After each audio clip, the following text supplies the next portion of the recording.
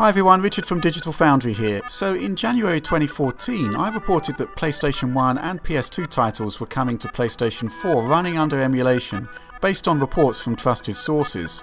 Months passed and nothing happened, aside from a couple of indicators that suggested that perhaps something was afoot, specifically some ESRB ratings for old PS2 titles, plus social activity during PS4's firmware 3.0 beta. Well, now it finally seems to be happening. The Star Wars PS4 bundle comes with a bunch of classic Star Wars titles, including 3 PS2 games that are almost certainly running under emulation. So how can we tell that they're emulated and not remastered? Well, the PS4 OS pops up to tell you how the DualShock 4 emulates the start and select buttons on the old pad. Basically, the left and right areas of the touchpad double for those buttons. On top of that, the games kick off with an old school PS2 logo, plus there's a system in place for emulating the old console's memory cards. You can safely say that none of this would be happening if this were a ported title. Sony simply wouldn't allow it. So here we have 3 Star Wars titles from the PS3 era to look at: Bounty Hunter, Racer Revenge, and Jedi Starfighter. You might be thinking that they look a little higher res, a little cleaner than you remember them. And that is indeed the case. Old PS2 titles tended to render at either 512 by 448 or 640 by 448. With a bit of pixel counting magic, we reckon that the emulator is running natively in the region of 1296 by 896 before being upscaled to full 1080p. In essence, that's around a 200% scaling in both directions, or around 4 times the original resolution. So it's not quite native 1080p as we might have hoped, but the improvement is clear to see. You can see in these head-to-head videos that the impact on overall image quality is quite remarkable, with some kind of post-process filter in play to keep the jaggies away.